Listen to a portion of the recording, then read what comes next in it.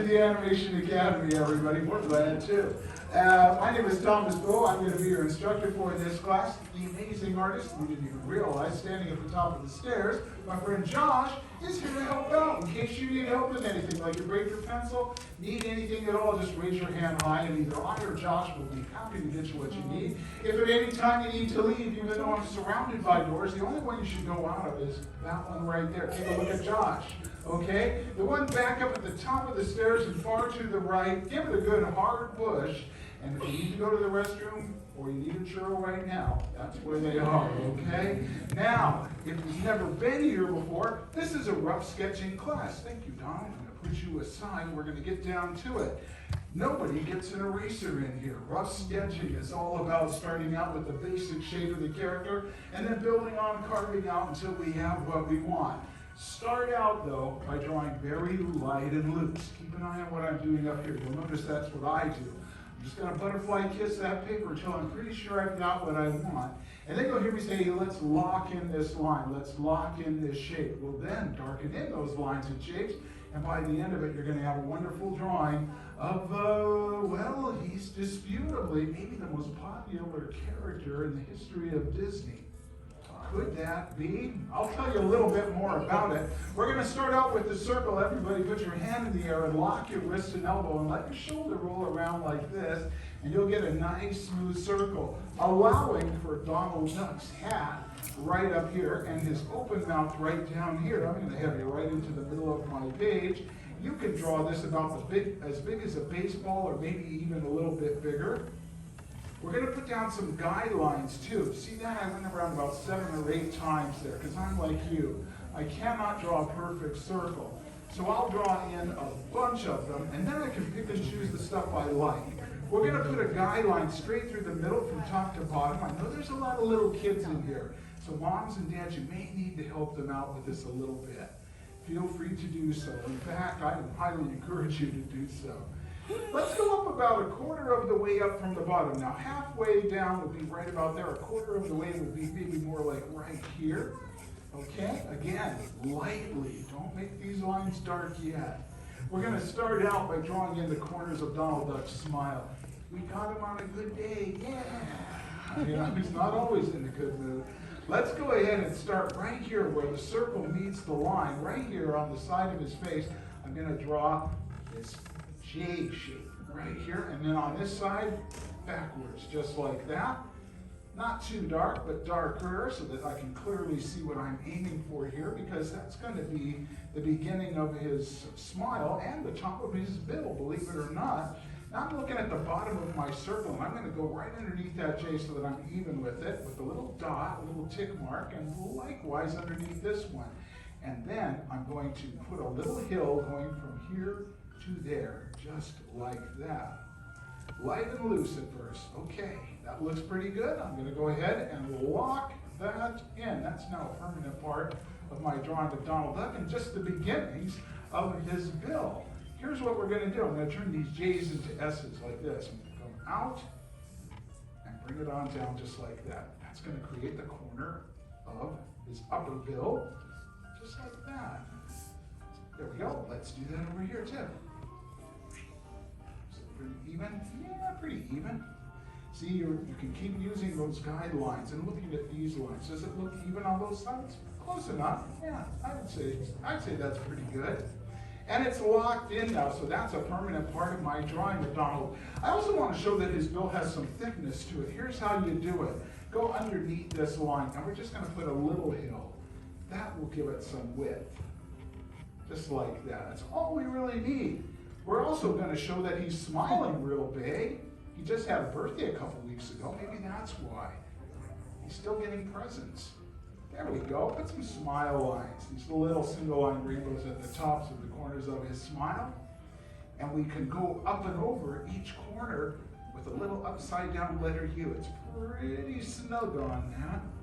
You know, there's not a lot of space between it and the corner of his smile. I'll go very lightly as I build these around here, starting right there, you know, in that little curve, and then going up and over. And when you notice when I get to this line, that's where I hit the brakes, okay? Just like that. Now we're going to open his mouth up to further show his joy. We call it a laughing smile.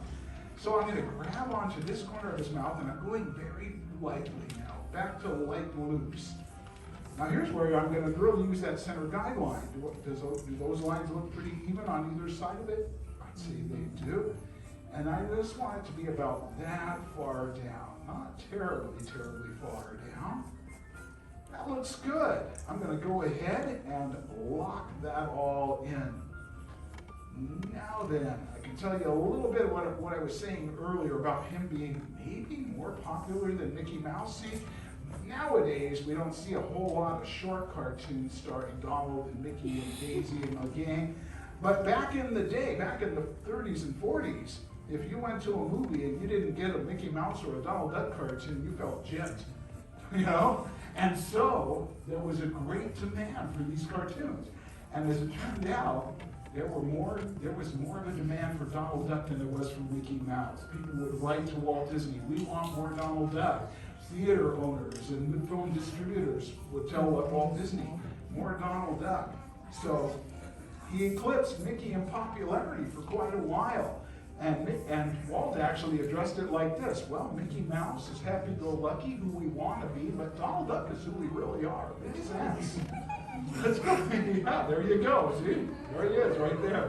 I'm going to go ahead, we call this following the studied line. I'm going to kind of use the side of his cheek here and very lightly come down with that line to give him another lower lip, or lower bill as the case may be, kind of going around this curve with another one just a little bit lower. Follow the studied line, our teacher would tell you.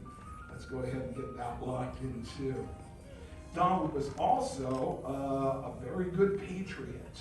He was, during World War II, way back in the 1940s, he was there to serve his country and starred in a lot of training films for the United States government, and even went to South America on a goodwill tour where he met two of his best pals, whose names were Panchito from Mexico and Jose Carioca from Brazil.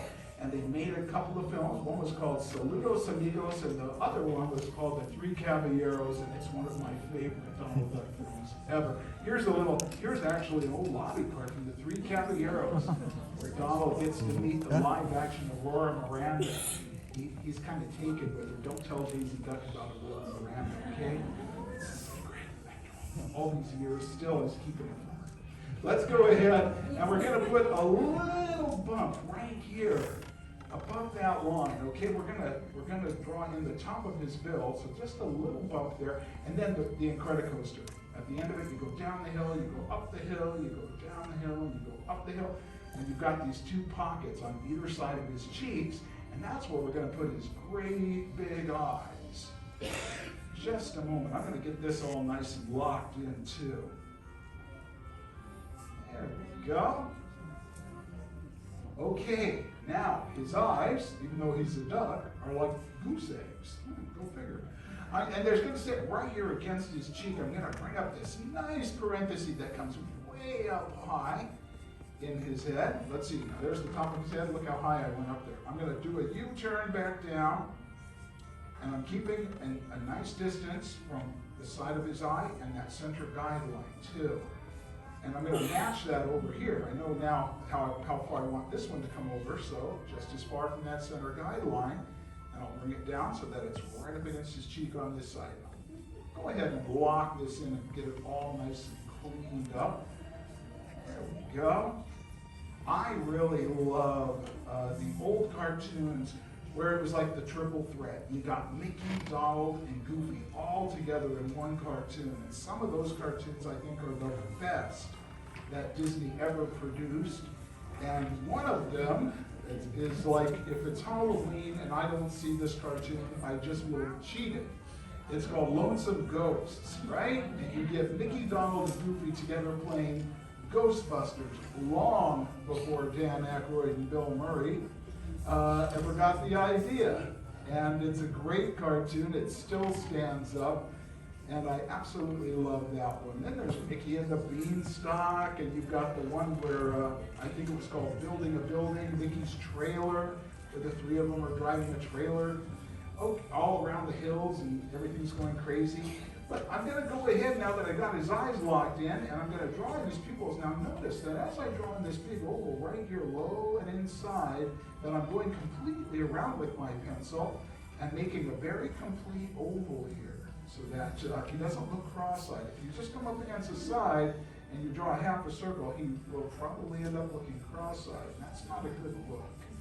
So I'm going to go ahead and push real hard as I darken those in so that they really stand out. That should be the standout feature in any drawing of a character. You want the eyes to be the standout feature. All right, remember following the steady line under his belt? We're going to do it now above his eyes. I'm looking at this curve, and I'm going to give him eyebrows by just drawing that curve, in this case, a little bit higher. It's lower on the outside, and as it comes up over his eye, it's a little higher on the inside. And I'm going to match that over here, looking at that center guideline. Help me out. That looks pretty good. Let's go ahead and lock this in too. There we go. Donald also appeared.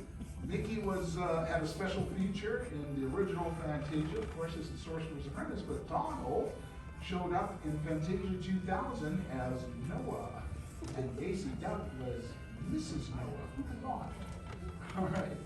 Let's go ahead and give him some more cheek by grabbing onto the end of his cheek here and just bringing a little curve in, give him a little feathery fluff without having to draw a bunch of feathers, just like that.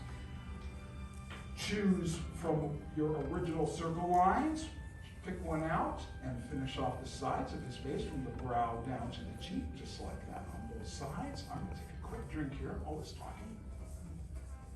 And we'll give him that cool little hairdo right here, starting at the top of his head. I'm going to bring up a little shark fin, bring one to the side, and then just a baby shark coming down. There we go. The famous hat, the sailor hat, which is technically called a Fauntleroy, which is technically Donald Duck's middle name. Back in the 40s, we saw a cartoon where he got drafted into the U.S. Army, and we saw his draft notice. It said, Donald Fauntleroy Duck shall report for duty. Put this little line, kind of curving, and it's just a little higher than that shark fin, so that when we go wee to the other eyebrow, there's the hat band. I'll shade this in real quick. Not make a big deal out of it. Now the hat itself is always at that jaunty angle, right? Higher on this side. I'll start right here where the hat band meets his brow, and I'm going to bring out this backward C curve. It's really wide, right? Really stretched out. And now I'm over this eyebrow. That's where I ended up with it. And then grabbing on here, I'm going to bring down the curve to this eyebrow right here, just like this. Now, if you get this right, it should look like this would just follow right through. See, it's just going to go like that. That's what you're kind of aiming for here. Quite a few people, well, actually, at least 2 or 3, I'd say 3 or so, have been the voice of Donald Duck over the years, but none more famous than a man named Clarence Nash. They called him Clarence Ducky Nash because he was so famous for being the voice of Donald Duck. And there's a wonderful old film you can see on Disney Plus called The Reluctant Dragon, which you get this tour of the Walt Disney Studios back in its heyday, and you'll actually get to see Clarence Nash doing the voice of Donald Duck. It's really, really neat if you're a big fan to see that. Okay, you ready for this? 2 flicks of the pencil and an upside down letter U, and there's that trademark ribbon. It's as simple as that. And having done that, finished our drawing of Donald Duck, and you need to sign it.